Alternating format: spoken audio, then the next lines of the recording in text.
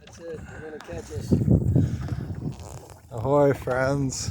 Dory Dan here, Small Boat Adventures. We're out on Gloucester Harbor, and we got a nice breeze. Kind of perfect conditions for a evening sail. And all the big boats are out sailing around us. We've got the Lannon coming up on our port side here. And the Adventure is off our starboard side, out past the breakwater. And it looks like Ardell is out, and over along the shore there near Rocky Neck. So yeah, gorgeous evening out on the harbor.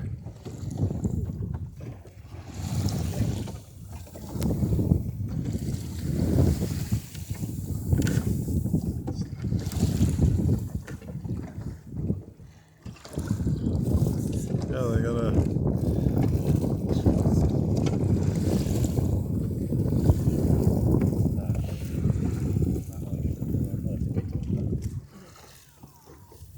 if you want me to take over on the tiller at any point, Josh, just let me know.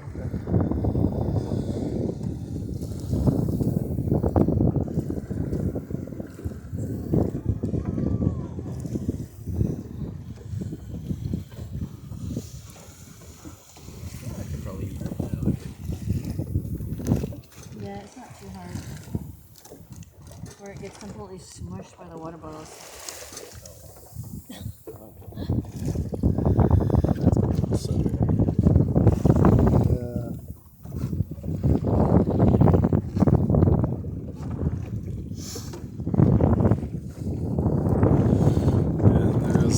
Adventure out there.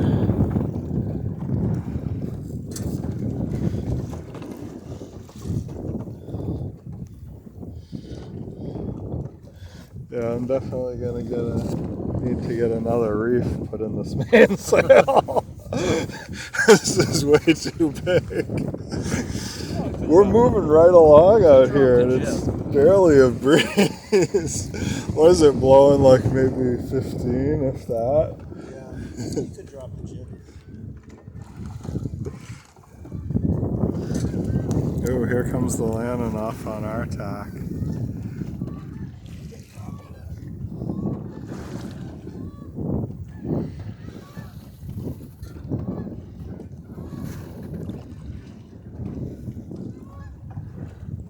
Yeah, gorgeous out here tonight. Go back to the bag.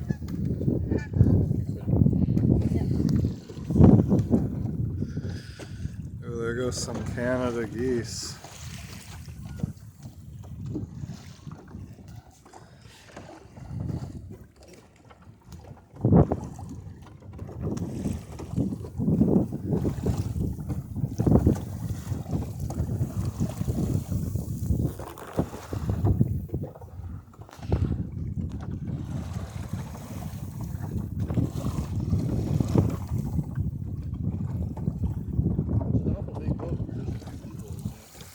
Yeah. I was going to say, we've got almost as many people aboard. Don't worry, I hose down the deck every evening after my sails, so it's fine. Yeah, no, I've been eating dinner aboard like the past 3-4 nights. So I'll grab a either a sub or a small pizza or whatever, and yeah, come down here after work. So I'm usually out of work at like 5:30. So it's kind of the perfect time to just come down and sit on the boat.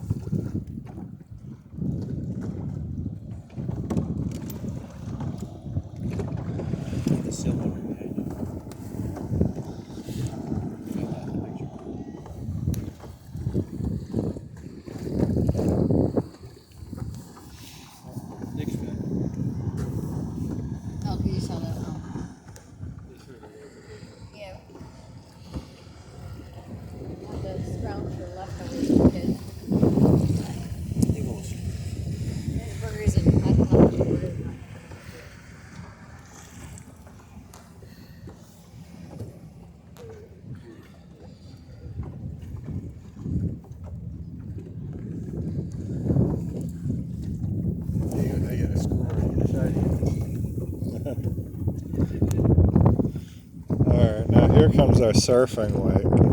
We gotta make good on this one, right? Okay, girls, start paddling hard.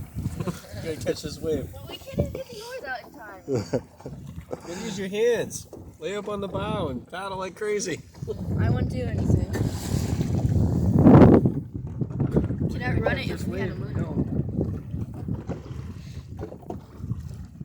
Here it comes. We're actually kind of sailing away from it. Not sure if it's here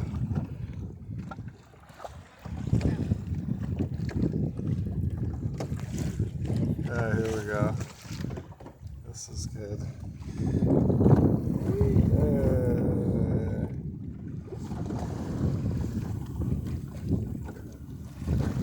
There we go. That just hit the knot meter. Now we're getting a little bit of a ride.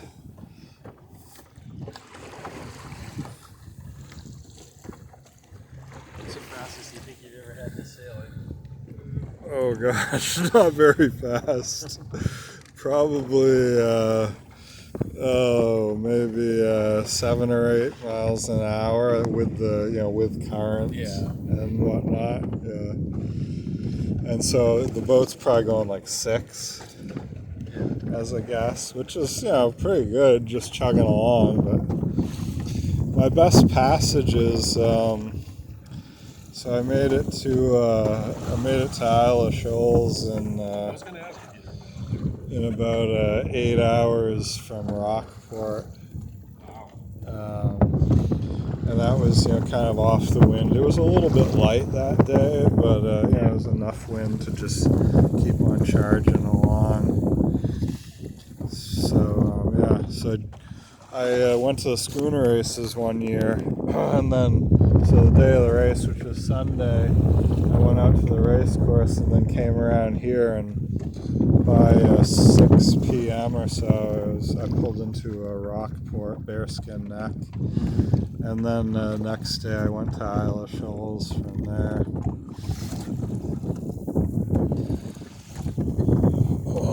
Supposedly this guy did 100-mile days on it when he was crossing the ocean. The whole way. Yeah, well, 24 hours too. So it's really moving for this. Right on the edge. Yeah. There goes another gig.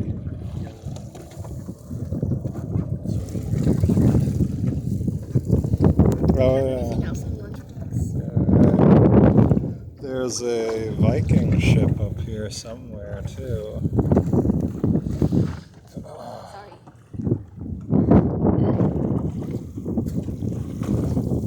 If it's still in, they might have hauled it out for the season. I don't know. Do they row it or sail it or? A little bit of both. It's actually got some lead on the bottom of the keel to help it sail even quicker. That's very traditional. Yeah, well, you can't see it while it's sailing. Yeah, that's true. So, yeah.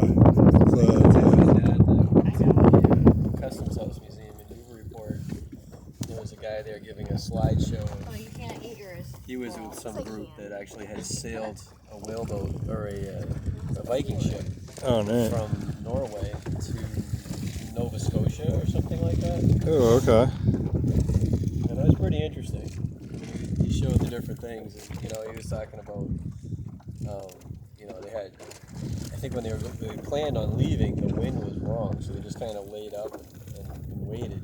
Yeah. And then, they had to row at one point, and he's like, those things were so slow when you're rowing. And then he's like, when they were out sailing and the wind was right, they would do 100-mile days like nothing. 200-mile days, I bet. Yeah, and he said, depending on the size of the boat. Well, now, because I guess they do have some records from Vikings, and they're like, definitely you see why they would even go to the point of rolling them over land to get around points rather than rowing the whole way if the wind was good. Wow, yeah. Just because they were so slow otherwise. You could probably. Wow, yeah. So I was in Estonia this spring, which is, prime Viking country. And so one of the places we got to check out, I was in Tallinn, their capital city, and they held the Summer Olympics Russia did. And so the sailing venue was in Estonia. Yeah. And they just have some gorgeous sailing, gorgeous bays and beaches, like all right just outside of the capital city. You know, it's all these white sand beaches that just stretch for miles, and these big, huge pine and spruce trees that go right down to the ocean. Yeah, they're right on the beach. Like the spruce, these huge spruces are out on the sand dunes, basically. It's pretty wild. Sort of like Crane Beach, where you get woods right down to the. Yeah, exactly right. But they're like these. They're like basically an Arctic forest right down to the down to the sand. I thought that was the coolest thing. There were some people actually sitting up under the shade of the trees, up against the dunes. Yeah. So there's the reef of Norman's Wow. That rock out there, yeah, it's right off of the wreck of the Hesperus, the poem. Yeah. And that's just off of Hammond Castle. You can't see the castle. It's back behind the point, but yeah, it's worth a visit. A walk around the castle if you ever get the chance. My parents have actually, I don't know if they still do it, but my parents have been there for a concert before. Okay. Where they have, like, the guy that built it after World War II, he had a lot of money. Yeah. So he went and he bought, like, the top one. Either he bought an organ out of a church in Europe. Oh, or he had one probably. built. I bet he bought it out of a church in Then Europe. he found some village center he really loved, so he bought the village center. Yeah. They took all the fronts off the buildings, and they even took the stones like out of the thing, and they rebuilt it, and that's like the banquet hall. Yeah. And all the storefronts, the windows and doors are all functional. They open into other rooms. Oh, right. And this concert, like, there's a banquet table down the middle, and you're eating at the table, and they're playing music, and there's like musicians in all the different doors and windows on the houses playing. Oh my gosh. Yeah. Wow. Yeah, that sounds like quite a. I don't know if the organ was used or not, too. Yeah, I'm sure it was from a church because, like you're saying, like all the stuff there was poached from Europe by. After the war, they had no money, so they would. Yeah. Anything they could get. I think like the church, the roof had been destroyed, so they sold the organ to be able to rebuild the church.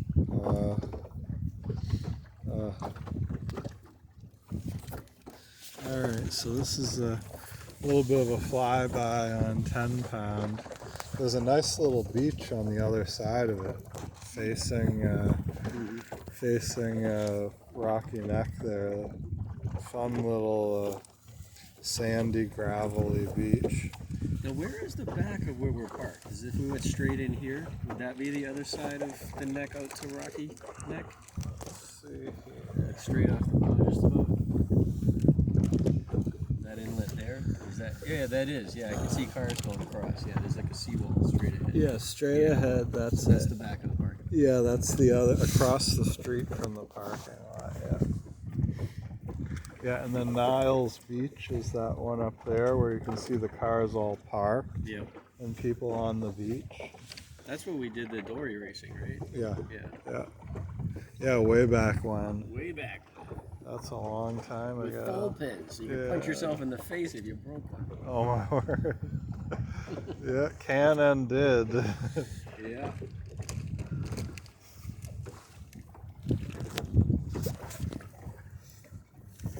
Then they got all upset because we went from Gloucester. They didn't let us back again. No. We got uninvited. One too many championships. What happened? Why didn't they let you back? Because it's a big competition between Gloucester and Lunenburg and Gloucester. And so they have dory racing. This is like, it's traditional dories, solid wood, really heavy, with pole pins, like oar rocks. Imagine like rowing it stuck on this rail with the oar between them. That's what you pull against. And if you break a pole pin, you punch yourself in the face because you're pulling so hard. If you're not careful.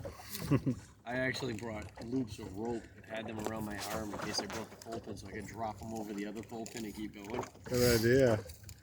Yeah, that's a great idea. And didn't have to use it. Somebody else broke a pole pin, but I didn't. Huh. And so we were from Newburyport, and the Gloucesterites got all really letting people from other towns into our races for it. None of us, I think, won high enough up to actually go to I'll just throw this in the water. Yeah. So they decided that All of a sudden you see a striper go. discover a new bait. Oh wow. You're gonna fish with apples from So now they on. uninvited us from any of the future dory racing. Because they wouldn't want to have somebody from Newburyport representing Gloucester. Or Salisbury. You know? Yeah, none of us were actually from Newburyport. Wow. So I think once we get in past the paint shop, you know, around the corner, I think I probably will have to Take her over. open up the sails all the way Get enough, because it's going to be pretty get light. enough traction to get in. Yeah, we're gonna have to go down along the coast and then up Yeah. inside. When we're getting up inside, I think it's gonna be pretty light up in there. But no, this is great out here. This is beautiful. Have you ever heard from Joe Bacca?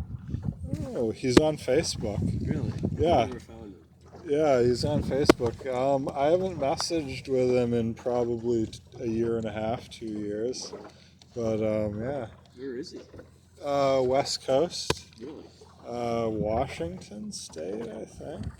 Mhm. Yeah, so he's done a number of interesting,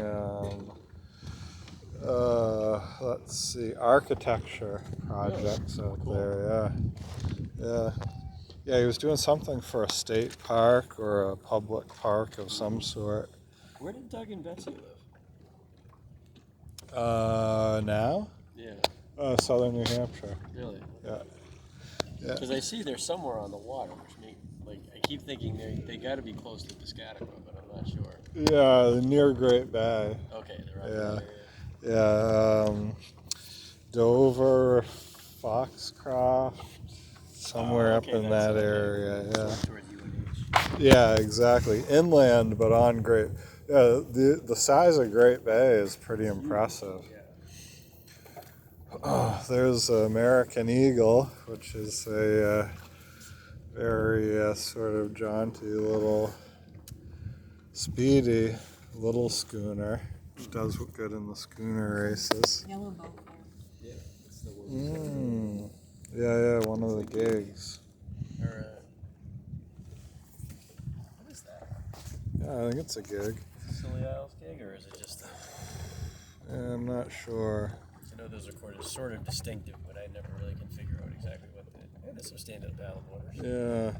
So the Atlantic Challenge one, is that a Silly Isles gig or is that something else? I think, but I'm not sure. Okay. Yeah, if it's the Atlantic Challenge, then no. That's smaller than those.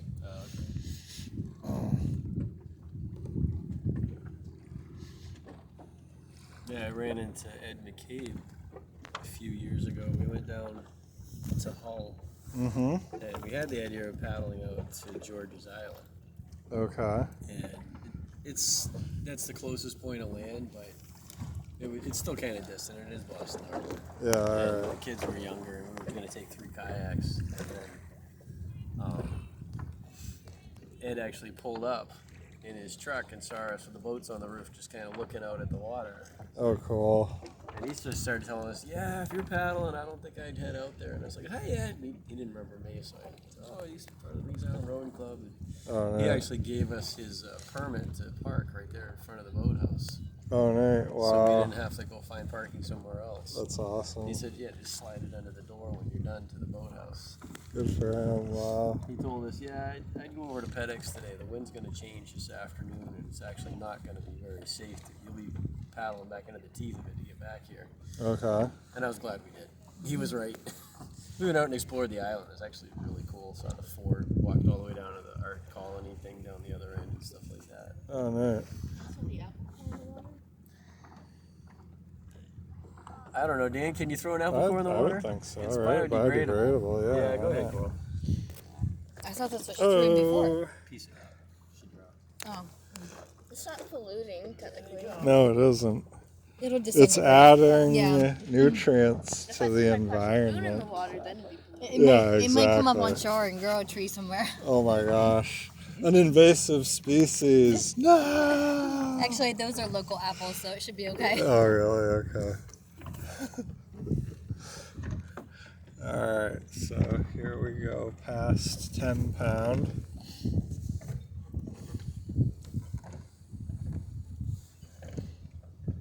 Ooh, a bunch of little sailboats out here today. Looks like a Harrishoff 12 and a half over there. They got a nice breeze.